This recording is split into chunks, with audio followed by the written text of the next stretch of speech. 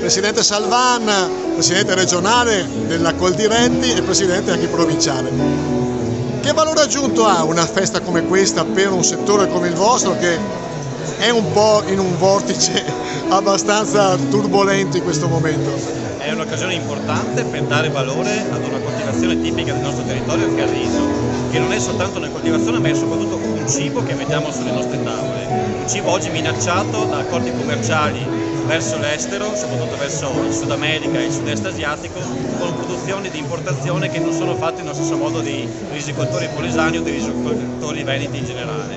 Quindi l'occasione per rimarcare anche l'importanza del nostro metodo di lavoro e delle professionalità che troviamo in questo territorio e soprattutto per un cibo fatto in maniera sana e genuina che fa parte della nostra dieta mediterranea. Ecco, provincia di Rovigo, il più grosso produttore di cereali di tutto il Veneto. Viene riconosciuto questo a livello regionale e anche a livello nazionale, secondo lei? Non adeguatamente purtroppo. Il tema della produzione di cereali, di cui anche il riso è una componente importante, è un tema che oggi è sul banco degli imputati, anche alla luce degli accordi commerciali, ma soprattutto per le dinamiche di carattere geopolitico che stanno toccando il nostro paese e la nostra Europa.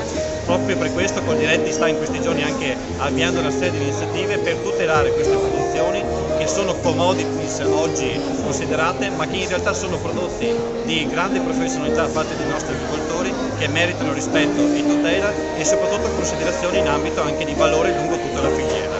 Ultima domanda, Presidente. Abbiamo il peso adeguato alla portata della nostra nazione in Europa?